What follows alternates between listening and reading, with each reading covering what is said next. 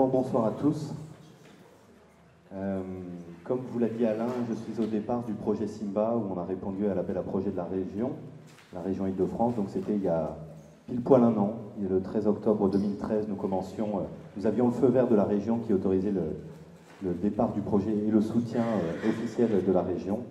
Et donc, un an après, je vais vous expliquer un peu où nous en sommes. Je fais le lien entre Cyril et Gérard, puisque vous venez de vivre le Crédit Mutuel et que Simba sera une monnaie en Crédit Mutuel.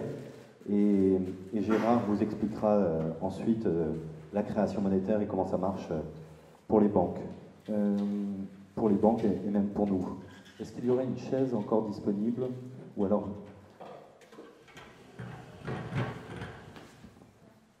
Je n'ai pas la télécommande ce soir, alors je la fais... Merci. Tu peux la mettre là? Comme ça, je passe pas devant l'écran. On a perdu l'image, c'est bon. Donc la première chose, je refais juste un petit peu de théorie rapidement, c'est la définition de la monnaie, ce qu'est la monnaie.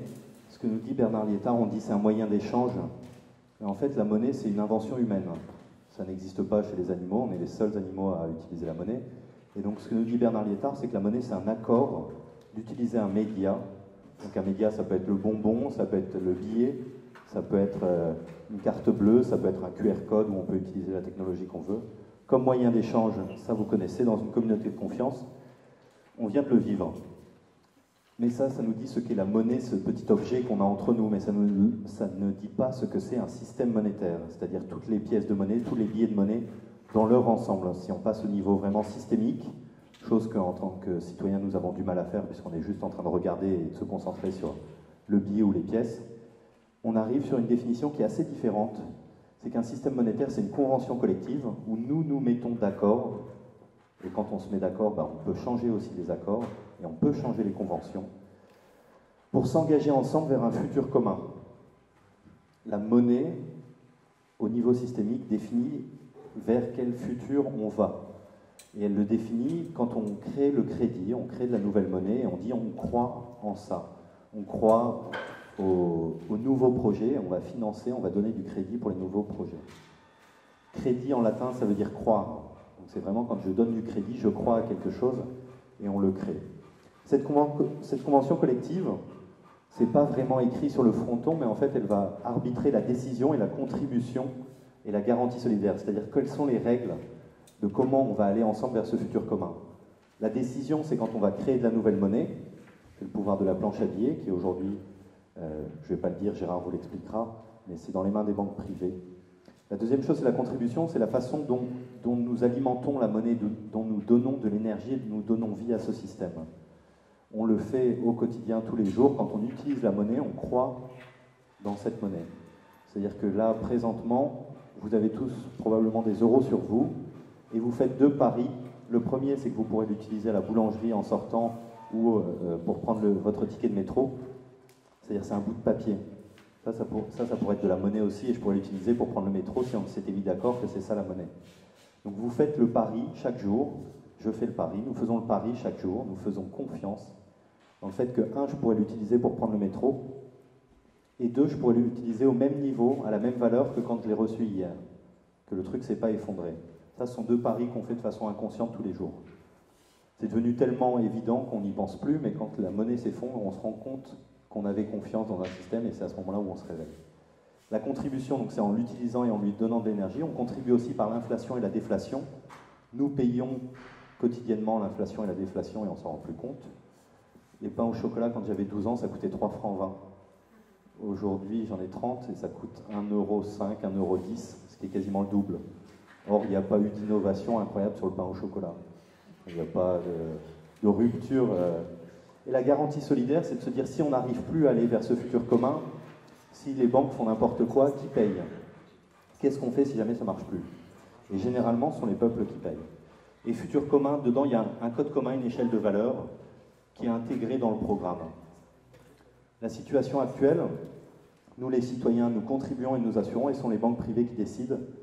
Pour ce futur de tous, qui est là où on est aujourd'hui, qui n'est pas vraiment le futur, c'est le présent, et c'est cette somme de crises et de catastrophes. La proposition des monnaies complémentaires, c'est de faire le switch, Ça ne remplace pas les banques privées parce qu'elles continuent d'exister avec les euros, mais c'est de dire nous les citoyens, nous reprenons le pouvoir de décision. Et donc nous allons décider, contribuer, assurer pour le futur de tous avec ce code commun et cette échelle de valeur. Il existe déjà 5000 monnaies complémentaires dans le monde, d'après Bernard Liétard, c'est lui qui en fait le listing. Il a arrêté de compter en 2008, apparemment aujourd'hui il y en aurait 13 000, plus de 13 000. Il y en a déjà 20 en France, 40 en France, dont une vingtaine en création. Vous en avez sûrement déjà entendu parler. Le Sol Violette à Toulouse, l'Eushko au Pays Basque.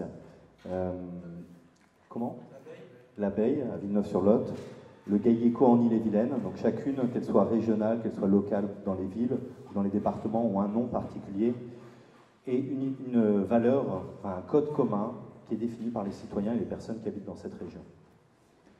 Ces monnaies complémentaires sont complémentaires, c'est-à-dire qu'elles ne remplacent pas l'euro, c'est bien du plus, et qu'elles n'ont pas vocation à remplacer l'euro. Elles ont d'autres vertus, elles sont complémentaires parce qu'elles ont d'autres vertus.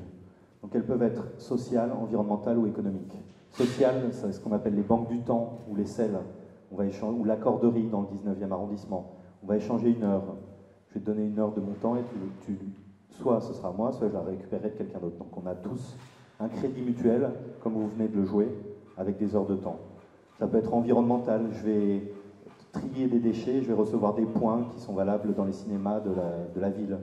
Il y a un programme comme ça en Belgique où il y a 44 communes qui valorisent, si vous mettez un autocollant pas de pub sur votre boîte aux lettres, vous recevez des points. Si vous allez à des conférences, vous recevez des points. Si vous recyclez plus, si vous triez plus, vous recevez des points et après, avec, vous pouvez acheter un meilleur compost. C'est un peu comme les points Total, sauf que plutôt que d'avoir des verres en plastique ou des cadeaux BD, je sais pas quoi, vous pouvez avoir des choses qui vous améliorent encore plus dans votre empreinte carbone. Et ces monnaies, elles ont différents fonctionnements aussi. B2B à gauche, business to business, ça va être inter-entreprise. Il y en a un certain nombre qui existent déjà. B2C sont plutôt les monnaies locales complémentaires, telles qu'on en entend parler, telles que j'en ai parlé juste avant. Et C2C, citoyen à citoyen, là ça va être plutôt les banques de temps, les selles. Et puis, une monnaie complémentaire peut évoluer et s'ouvrir à un public non prétendu à l'origine, c'est-à-dire ça peut commencer, ça peut évoluer. C'est pas figé, c'est pas limité à l'un ou à l'autre. Et pour Simba, on a choisi de commencer en B2B, c'est-à-dire notre postulat, c'est de dire le moteur de l'économie aujourd'hui sont les entreprises. Alors bien sûr, ce sont les humains qui sont dedans, parce que sans humains, il n'y a pas d'entreprise. Et l'entreprise, de la même façon que la monnaie est une invention humaine, l'entreprise est une invention humaine. Je ne crois pas qu'il y ait d'animaux, qu'il y ait des entreprises. Mais c'est de dire les entreprises font le tissu économique local. La plupart sont des PME, la plupart sont des TPE, des petites et moyennes entreprises, très petites entreprises. Ce sont elles qui font la plupart des emplois en France. Et elles sont fragiles. Elles sont fragiles parce qu'elles créent de la valeur sur le territoire et qu'elles n'ont pas des armements financiers énormes. Et que c'est d'aller aider ces personnes-là en premier et ces petits entrepreneurs qui font l'économie réelle qui est le plus important pour nous. Sur un sondage, 76% des entreprises ne connaissent pas le système d'échange interentreprises, mais 65% d'entre elles seraient intéressées pour essayer. Ça, c'est un rapport du gouvernement, des pôles des mutations et anticipation économique qui a donné ces chiffres. Donc finalement, une monnaie B2B, ce sont des échanges interentreprises dans un réseau de confiance. Qu'est-ce qu'une monnaie complémentaire B2B ? La première nouvelle, on ne vous l'avait pas dit, c'est que ça existe déjà. Il y a 700 plateformes d'échange interentreprises dans le monde. Donc ça existe déjà aux États-Unis, ça existe déjà dans de nombreux pays. Ça fait partie aussi du rapport où ils expliquent ça, ils présentent. Et en France, il y en a 3 ou 4, il n'y en a pas beaucoup. Il y en a une qui s'appelle France Barter, qui vient de se créer, qui est la réunion de deux entreprises différentes, une qui était sur l'île de France en troc et l'autre qui était à Lyon, qui s'appelle eBarter. Et eux, ils disent toute la France. Nous, pour Simba, on est vraiment focus sur la région et on reste à l'échelle régionale, puisque d'après Bernard Liétard, encore une fois, qui est l'expert sur les monnaies complémentaires, l'échelle régionale est vraiment l'échelle la plus pertinente pour développer quelque chose qui ne devienne pas trop grand et qui ne soit pas trop petit. Et ce qui est important aussi, c'est que les monnaies complémentaires régionales ne viennent pas contre les monnaies sociales, les monnaies environnementales, etc. C'est complémentaire, c'est vraiment des échelons, des étages et des vertus différentes. Alors, J'ai travaillé il y a le 1er, 2, 3 octobre avec Sylvia Fredriksson, qui est ici présente au campus de la Fonderie de l'Image à Gallieni. Et donc on a passé 3 jours, enfin moi j'ai passé une demi-journée, et Sylvia a passé 3 jours avec les étudiants, 25 étudiants, qui sont en master en design, que je ne dise pas de bêtises, et on a travaillé sur des infographies pour Simba. Donc je vais vous montrer, toutes les infographies que vous voyez là ont été faites par les étudiants en 10 jours, et la vidéo que je vais vous montrer là, ils nous l'ont présentée avant-hier, lundi, donc ils rendaient leur projet, et je vais vous laisser apprécier.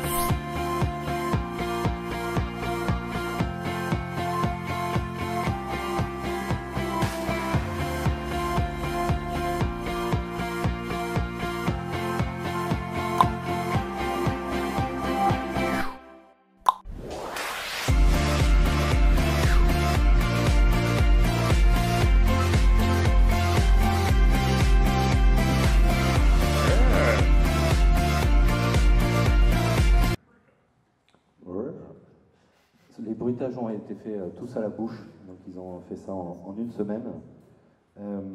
Et vous retrouvez du coup le principe du crédit mutuel. Comme vous venez de le vivre avec Sibylle, forcément c'est plus facile, mais on voit bien que c'est l'aiguille qui va de gauche à droite, et que c'est drôle d'ailleurs puisqu'ils l'ont mis avec la musique. Donc finalement il y a le rythme, et c'est pas important d'être en positif ou en négatif, mais c'est que la musique ne s'arrête pas. C'est vraiment de continuer à faire des échanges. Si je vous redécompose très brièvement, on a une personne qui se connecte à l'interface, qui fait une recherche, donc c'est une place de marché, comme eBay, c'est comme on pourrait dire Facebook au niveau des réseaux sociaux, c'est une place de marché où vous pouvez trouver quelqu'un, producteur ou des offres et des demandes. On se met en relation sur le site, ça on connaît. Michel se rend chez l'agriculteur, on sait faire. Il donne 50 Simba et récupère la farine. Donc à ce niveau-là, il y a différentes options qui sont possibles. Soit c'est de le faire sur le site internet directement, soit c'est de faire une carte de crédit, ça existe déjà. Soit de le faire avec une appli de téléphone, c'est faisable aussi, soit même avec des QR codes, donc on imprimerait une espèce de billet avec un flash code dessus qu'on scanne. Donc là, il y a différents médias qui sont possibles pour représenter la monnaie. Son compteur est à moins 50, et puis après, du coup, il va devoir trouver d'autres personnes à qui il peut vendre sa prestation. Nous, notre rôle Simba en tant que coopérative, c'est d'animer ce réseau. Donc d'aller voir ceux qui sont en négatif et de les aider à remonter, de les aider à valoriser leur offre. Si Michel il a moins 50, il est à moins 100, moins 200, moins 300, moins 5000, et à un moment on va le voir et on va lui dire Michel, qu'est-ce que tu peux vendre? C'est bien, si je reprends l'exemple tout à l'heure, si on avait animé le réseau, on serait venu voir ceux qui étaient en négatif ou ceux qui étaient en positif et qui ne bougent plus. C'est pas important que ce soit négatif ou positif, la personne qui a plus 5000, si elle ne fait plus d'échanges, je dois aller la voir et lui dire bah écoute, tu es à plus 5000, ça ne te rend pas plus riche, ce sont des échanges qui pourraient être faits, donc de quoi as-tu besoin? Qui tu pourrais aller rencontrer, avec qui on peut te mettre en connexion pour que tu fasses des échanges. Et ça continue. Si on compare par rapport à l'euro, il n'y a pas d'agio et il n'y a pas d'intérêt. Au sens de l'argent qu'on emprunte aux banques, ce n'est presque plus de la monnaie, c'est juste un indicateur pour savoir les échanges, si on est en avance ou en retard par rapport au groupe. Donc finalement, c'est un crédit mutuel pour l'économie symbiotique, dans le sens où il nous faut connecter les différentes parties de l'économie. C'est-à-dire qu'on a besoin d'une masse critique, il faut un grand nombre d'entreprises, si on est 5 ou 10, ça ne marche pas, et il faut de la diversité. Si on est tous boulangers, ça ne marche pas. Il faut qu'il y ait vraiment les différents secteurs qui sont représentés là sur ce petit schéma. Économie symbiotique, c'est le programme de la prochaine soirée, donc je ne vais pas vous raconter et rentrer dans le travail et la partie d'Isabelle Delannoy, mais c'est une économie qui génère des impacts écologiques et sociaux et économiques. Ce n'est pas l'économique aux dépens du social et de l'environnemental. C'est vraiment les trois. Et la bonne nouvelle, c'est que cette économie existe déjà. Il y a déjà plein d'initiatives. Je pense que la Paillasse en est un lieu bien représentatif. Et c'est cette économie qu'on connaît, qui sont déjà les commerces indépendants, qui gardent la richesse sur le territoire. La différence entre un café et un Starbucks, c'est qu'un Starbucks, l'argent va repartir vers les actionnaires à l'étranger, etc. Nous sommes en train de réunir des sociétaires. L'objectif pour nous, c'est d'en avoir 2014, ce qui est un grand nombre, mais qui est un nombre conséquent. Si on veut faire une monnaie sur l'Île-de-France, on ne peut pas être 100. Donc vous trouverez derrière moi quelques images déjà des sociétaires. Certains sont présents dans cette salle, d'autres n'ont pas encore envoyé leurs photos, qu'ils le fassent et ils seront joints à cette fiche. Et quelques précisions, du coup, comme c'est une coopérative, une fois qu'on prend des parts, les parts sont, quel que soit le nombre, la monnaie, pardon, l'argent, le nombre de parts que vous prenez, vous avez une voix. Ça, c'est vraiment le principe de la coopérative. Et après, ils sont répartis dans des collèges. Le collège des bénéficiaires, le collège des contributeurs, le collège des salariés, le collège des initiateurs. Et j'aimerais me concentrer sur le collège des contributeurs, puisque certains sont déjà là aussi. Et contributeurs, ce sont les 5 cercles qui construisent le Simba, puisque on aurait pu déjà définir complètement les règles et de dire, quand vous avez joué là avec le Crédit Mutuel, vous étiez limité à plus 5 moins 5. Mais on aurait pu dire plus 10 moins 10, ou plus 100 moins 100. Sibyl a choisi et a réglé les paramètres du jeu pour que vous puissiez jouer directement. Là, le but, c'est de se poser les questions, si on crée une monnaie pour la région, c'est quoi les règles? C'est quoi les limites? Comment on réinvente ces principes-là et comment on se fait confiance? Donc il y a 5 cercles, je ne vais pas rentrer dans les détails, mais la gouvernance, le cercle flux, le cercle partage, le cercle communication et le cercle membrane, qui sont des ateliers différents pour réfléchir à une partie du système Simba, une partie du système monétaire, comment on rentre, comment on reçoit les crédits, comment on communique, comment on est transparent, comment on montre, comment on fait en sorte que le business model, la façon dont la coopérative Simba va vivre demain, ne soit pas quelque chose qui prenne la richesse, mais que ce soit quelque chose qui soit vertueux. Et par exemple, on a choisi déjà de ne pas mettre de commission sur les transactions. C'est-à-dire vous payez un abonnement à la coopérative et après vous n'avez pas de commission sur les transactions.